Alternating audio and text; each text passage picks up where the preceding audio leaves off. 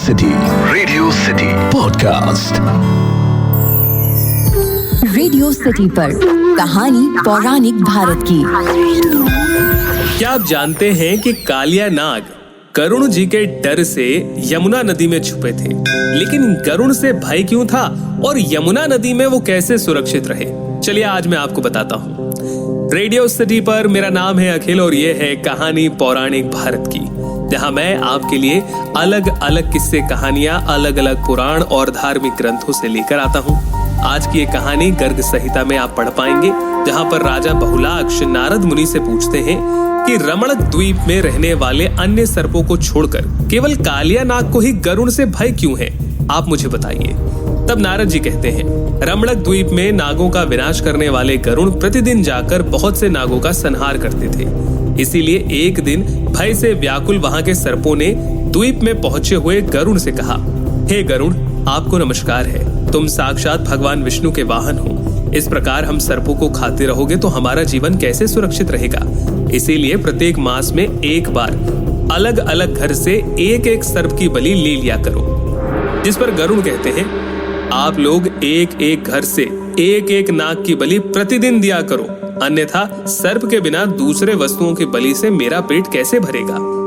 उनके यूं कहने पर सब सर्पों ने आत्मरक्षा के लिए एक एक करके उन महात्मा गरुण के लिए नित्य दिव्य बलि देना आरंभ किया।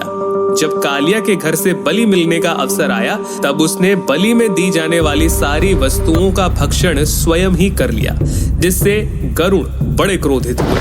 गरुण और कालिया नाग के बीच में बहुत भयंकर युद्ध हुआ। भागकर कालिया नाग शेषनाग के चरणों में गिर गया और उनसे कहा कि हे प्रभु, आपकी लीलाएं अपार है, आप सर्व समर्थ हैं, मेरी रक्षा कीजिए। शेषनाग ने कहा, महामते कालिया, मेरी उत्तम बात सुनो। इसमें संदेह नहीं कि संसार में कहीं भी तुम्हारी कोई रक्षा नहीं करेगा। पूर्व काल में सौभरी नाम से एक प्रसिद्ध मुनि थे। उन्होंने वृंदावन में यमुना के जल में रहकर 10,000 वर्षों तक तपस्या की।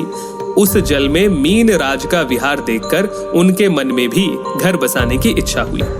तब उन महाबुद्धि महर्षि ने राजा मानधाता की 100 पुत्रियों के साथ विवाह किया। श्री हरि ने उन्हें परम ऐश्वर्यशालिनी वैष्णवी संपत्ति प्रदान की, जिसे देखकर राजा मानधाता आश्चर्यचकित हो गए। यमुना के जल में जब सौभरी मुनि दीर्घ काल तक तपस्या कर रहे थे, उन्हीं दिनों उनके देखते देखते गरुण ने मीन राज को मार डाला।